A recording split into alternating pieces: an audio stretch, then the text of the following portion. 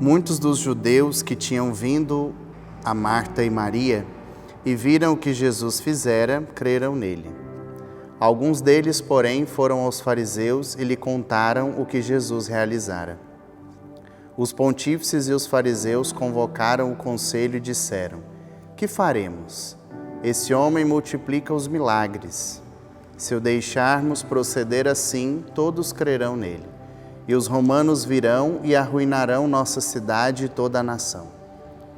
Um deles, chamado Caifás, que era sumo sacerdote daquele ano, disse-lhes: vós não entendeis nada, nem considerais que vos convém que morra um só homem pelo povo e que não pereça toda a nação.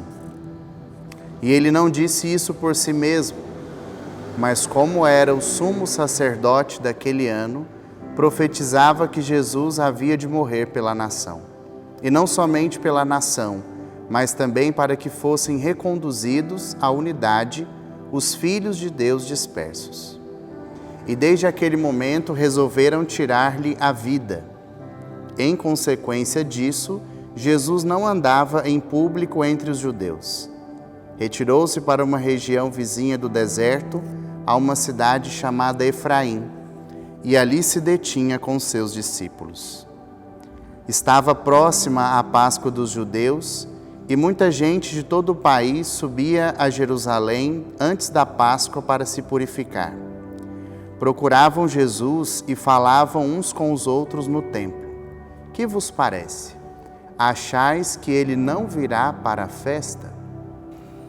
E hoje nós vamos meditar um pouquinho, pegando o evangelho de hoje e tentar nos colocar um pouco de forma prática e concreta na dinâmica que a Quaresma nos sugeriu o tempo todo. Pecador, agora é tempo de contrição e de temor, né? A gente está cantando essa música desde a quarta-feira de cinzas. É um tempo de contrição. Mas antes de falar da contrição, voltemos ao evangelho que acabamos de escutar. As autoridades judaicas tomaram a decisão de prender Jesus. Nós escutamos. E depois, Jesus passou, a partir de então, a não andar mais em público. Não andava mais no meio dos judeus. Destaquei essas duas realidades. Bom, o fato de Jesus não andar mais em público no meio dos judeus fundamenta esse costume de, na Semana das Dores, sobretudo, tampar todas as imagens, né?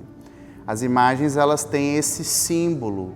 A gente olha para um santo, olha para Nossa Senhora, olha, né, para uma imagem que não seja necessariamente de Deus, mas ela vai me arremeter direta ou indiretamente a Ele. Então, cobrem-se as imagens, todas elas, com esse símbolo, né? À luz de que Jesus, de um determinado momento da sua vida pública, até o momento mesmo da sua paixão, ele andava de forma escondida. Alguns cobrem as imagens no início da Quaresma, outros, e a prescrição litúrgica é a partir da Quinta-feira Santa, outros na Semana das Dores, uma semana antes. Não importa. O fundamento bíblico é esse evangelho que nós acabamos de escutar. Mas algo que deve nos intrigar é isso. Por que Jesus se esconde? Será que Jesus tinha medo? Os judeus, será que eram mais bravos do que Jesus imaginava? Ou será que ele se arrependeu? E aí ele estava se escondendo para ver se tinha uma sobrevida? Ou será que Jesus era covarde? Nenhuma dessas respostas, né? Jesus se esconde justamente porque os judeus tomaram a decisão de matá-lo. Não por medo, não por covardia, não porque ele se arrependera de executar o plano do Pai, mas porque não cabia aos judeus decidir a hora de prender Jesus. Jesus deveria dar livremente, e deu, a sua vida por amor à humanidade. Se Jesus se deixasse prender a partir dessa decisão, não poderíamos dizer que nosso Deus se encarnou por nós e para a nossa salvação. Mas ele foi pego, ele foi capturado. E não é esse o sentido. Deus entregou, deu, escolheu livremente dar a sua vida em resgate da nossa vida pecadora. Ele dá a sua vida livremente. Por isso ele se escondeu, porque não tinha chegado a hora de ele se entregar por nós. Essa hora, esse dia é na paixão. E aqui salta a nossa reflexão o seguinte: se o nosso Deus escolheu livremente dar a sua vida por amor a nós, por amor a mim, que cada um pode dizer de forma muito pessoal, Deus escolheu dar a sua vida em resgate da minha. Isso é uma verdade. A pergunta que sai daqui é: qual é o impacto dessa verdade na minha vida? E aqui é uma reflexão pessoal que nós precisamos fazer, se ainda não fizemos durante esse tempo de Quaresma, ao longo da nossa vida, precisamos fazer de forma intensa a partir de hoje, mas todos os dias da nossa vida. Não só na Semana Santa, não só no tempo forte da paixão. Qual é o impacto da verdade de que Deus deu a sua vida por amor a mim? Qual é o impacto que isso tem na minha vida? De forma bastante concreta. Vira e mexe a gente fala e traz aqui o impacto emocional, o impacto sentimental que isso traz, né? E muitos de nós vivenciamos essas realidades. Em algum momento nos chocou, nos comoveu, nos emocionou olhar a grandeza do amor de Deus, sentir a grandeza do amor de Deus e ao mesmo tempo tocar a nossa miséria, nossa imperfeição, nossa incapacidade, as nossas fraquezas. Mas aqui não se trata de uma nova experiência emocional. Não se trata assim de, nossa, Deus deu a sua vida por mim. Então, aquele sentimento, né, de indignidade. Não, é algo mais concreto. Algo mais concreto. Qual é o impacto que a verdade de que Deus deu a sua vida por amor a mim tem na minha vida concreta? Bom, eu consigo mensurar esse impacto quando eu medito na motivação real do meu arrependimento diante dos meus pecados. Consigo ter de fato uma dimensão assim concreta, né? Qual a dimensão que essa verdade tem na minha vida? Qual é o peso do arrependimento que eu trago? E esse é o tema da nossa meditação de hoje, o arrependimento, a contrição perfeita. O que é contrição? Contrição é a mesma coisa que arrependimento. E quando nós nos preparamos para confessar, deveríamos, em tese, seguir 5 passos. Primeiro, examinar a consciência. Já falamos amplamente sobre isso, né? Sobretudo aquele exame cotidiano. Mas para a confissão, um exame mais geral, da minha última confissão até o presente momento. Examinar. Ter como matéria os 10 mandamentos, por exemplo. Ter atenção na liberdade que eu tinha para cometer ou não tal ação. Depois, o conhecimento que eu tinha, se aquilo era pecado ou não, né? O exame de consciência. Depois, o próximo passo é o arrependimento. Então, uma vez que eu fiz meu exame de consciência, eu preciso gastar um tempo diante de Deus para me arrepender daqueles pecados.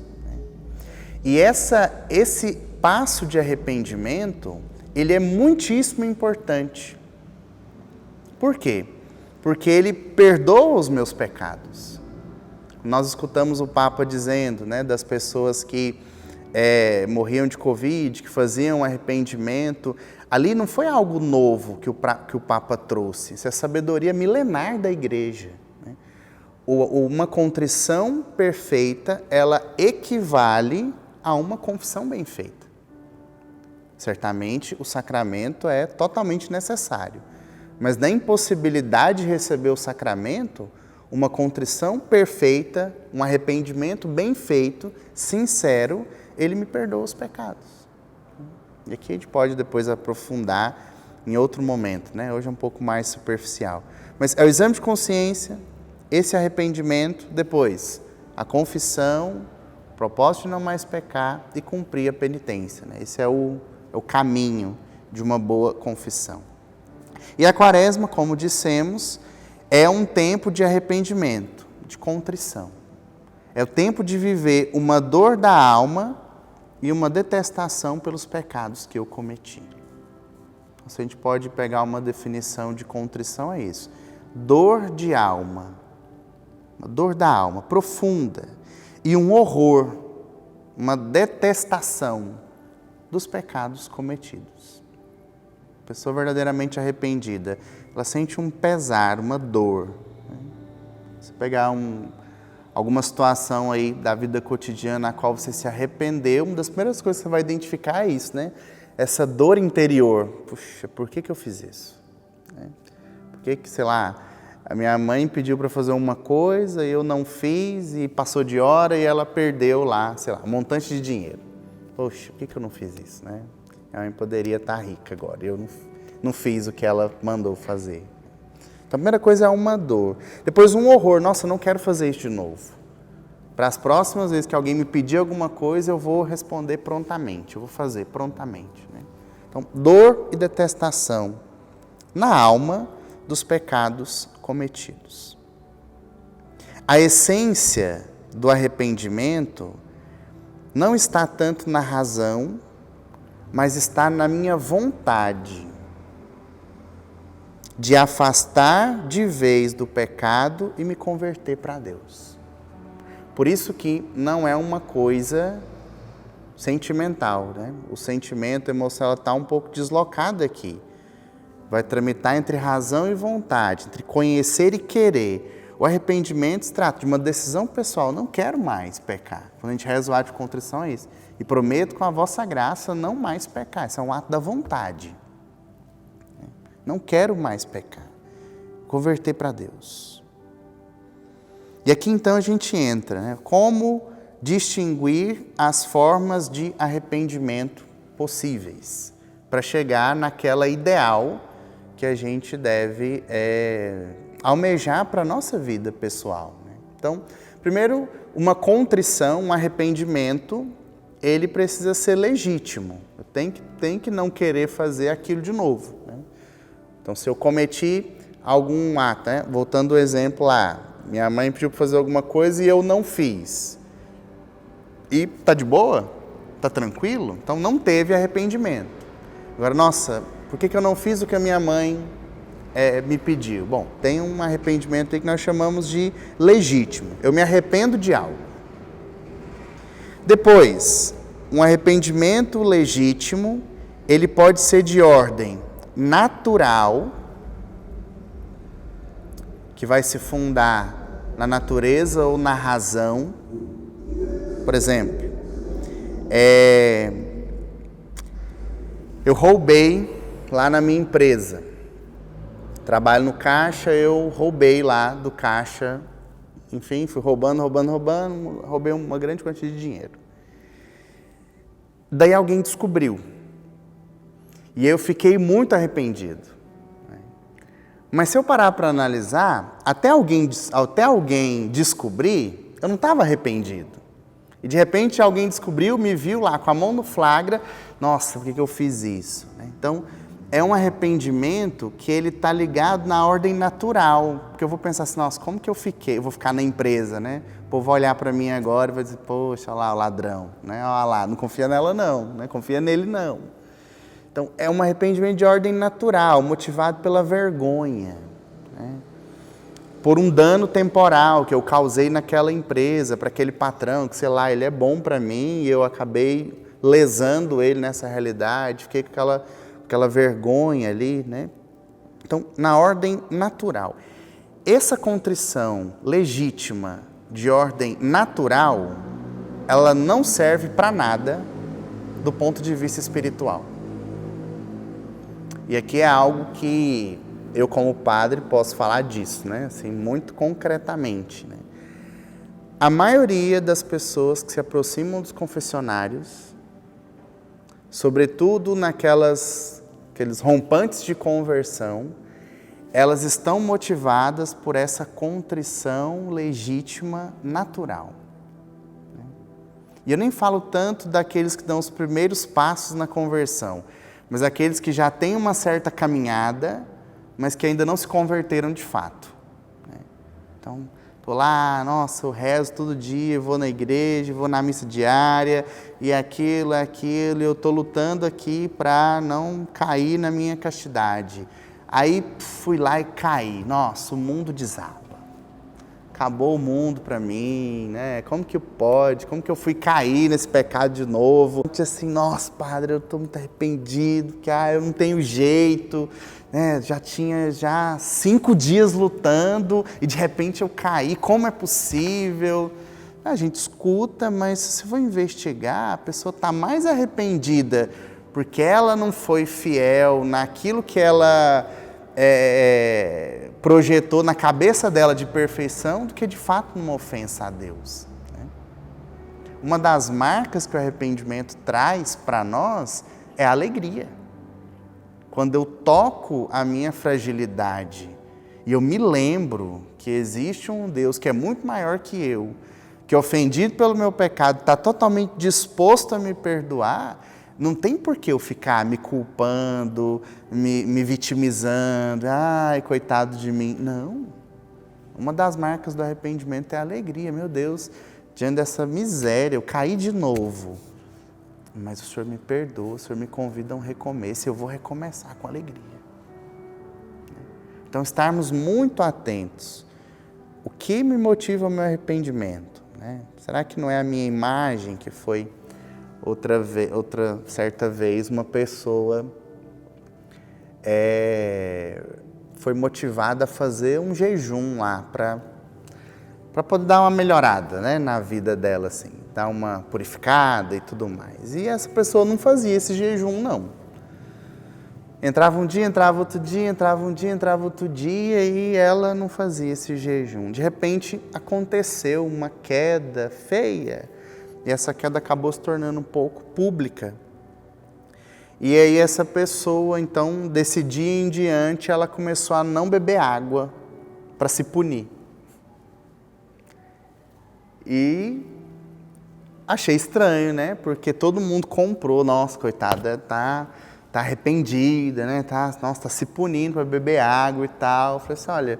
Não tem muito de arrependimento nisso aí não, porque quando era para mortificar mesmo, que ninguém estava vendo, né, que era uma motivação assim, não fazia. Aí agora que todo mundo descobriu a fraqueza, eu vou me punir? Peraí, tem alguma coisinha que está desvirtuada, né? Assim, estou mais preocupado com a minha imagem que foi ferida na frente dos outros do que de fato com uma melhora interior, né? Deu para compreender?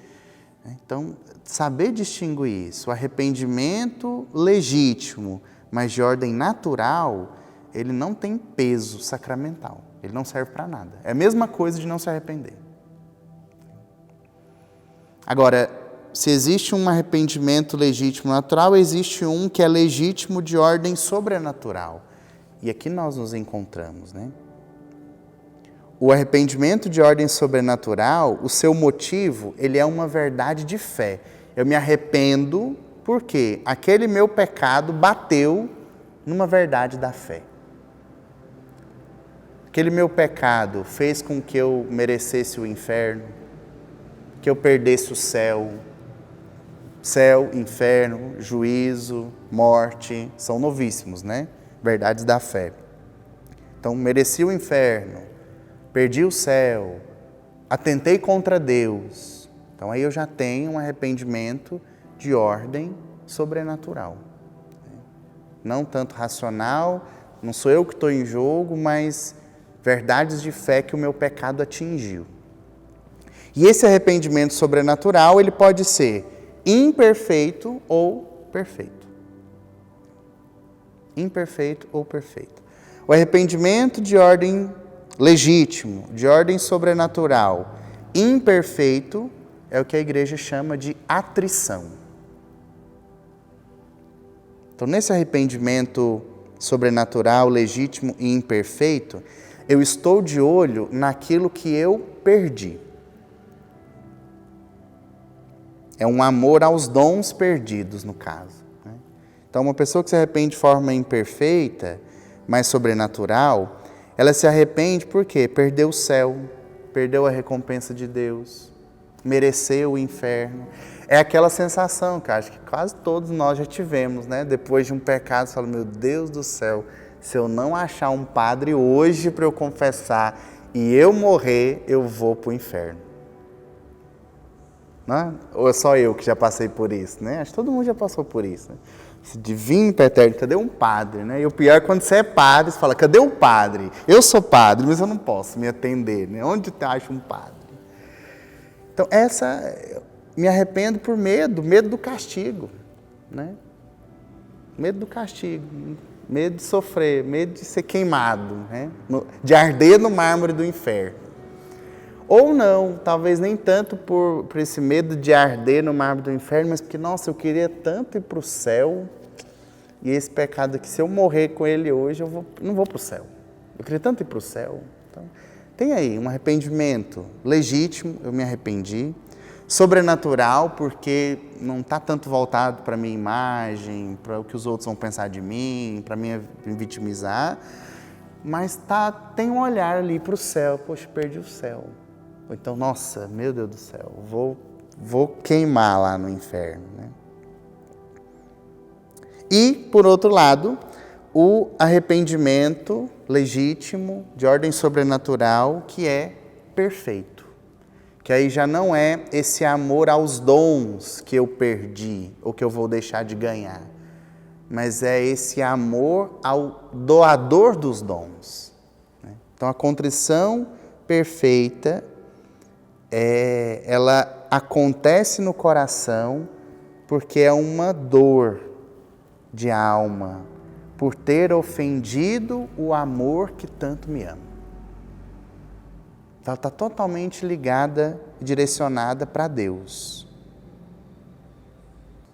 Esse Deus que é, de forma infinita, perfeito, bom, digno de ser amado acima de todas as coisas. Esse Deus que me amou de uma maneira tão admirável, de forma incondicional, não põe condições, né? Nenhum de nós, em nenhum momento da vida, vamos escutar Deus colocando condições para nos amar. Eu te amo se você... Padre Renan, eu vou te amar se a partir de hoje você nunca deixar de celebrar a missa. Quem é casado, eu vou te amar porque se você nunca se separar da sua esposa, né? Não, mesmo que haja uma separação dos esposos, mesmo que o padre deixe de celebrar um dia, Deus permanece nos amando. Não tem condições. Não tem condições. Um amor que é incondicional, que é único. Por quê? Porque Deus me enxerga de forma única, pessoal. E um amor que não muda, que é desde sempre, que é para sempre. E aqui nós precisamos estar atentos, né? Começar a caminhar o nosso arrependimento para esse grau. E aqui quando se fala de perfeição, não se trata de uma vida imaculada, né? Mas se trata mesmo de, diante dos nossos pecados, que são muitos, né? E agora a gente vai ter uma oportunidade assim para nos recordar deles, né? Desses pecados que são muitos. Tirar para longe de nós todo respeito humano.